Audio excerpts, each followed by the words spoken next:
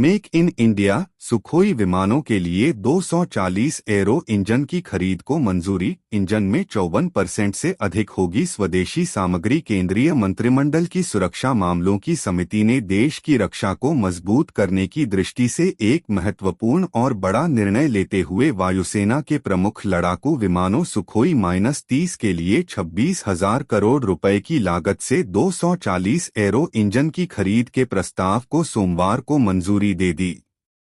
प्रधानमंत्री नरेंद्र मोदी की अध्यक्षता में हुई केंद्रीय मंत्रिमंडल की सुरक्षा मामलों की समिति ने देश की रक्षा को मजबूत करने की दृष्टि से एक महत्वपूर्ण और बड़ा फैसला लेते हुए भारतीय वायुसेना के प्रमुख लड़ाकू विमान सुखोई-30 के लिए 26,000 करोड़ रुपए की लागत से 240 एरो इंजन की खरीद के प्रस्ताव को सोमवार को मंजूरी दे दी है। 26,000 करोड़ रुपए किए जाएंगे खर्च।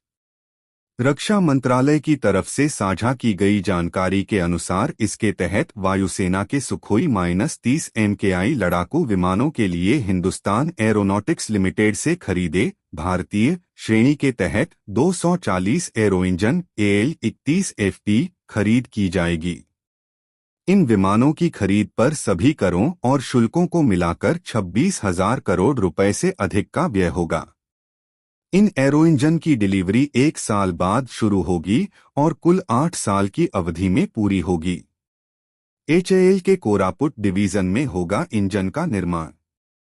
जानकारी के मुताबिक इन इंजनों में 54% से अधिक स्वदेशी सामग्री होगी, जो एरो इंजन के कुछ प्रमुख घटकों के स्वदेशीकरण के कारण बढ़ी है। इनका निर्माण हिंदुस्तान एरोनॉटिक्स लिमिटेड के कोरापुट डिवीजन में किया जाएगा। देश की रक्षा तैयारियों को मिलेगी मजबूती।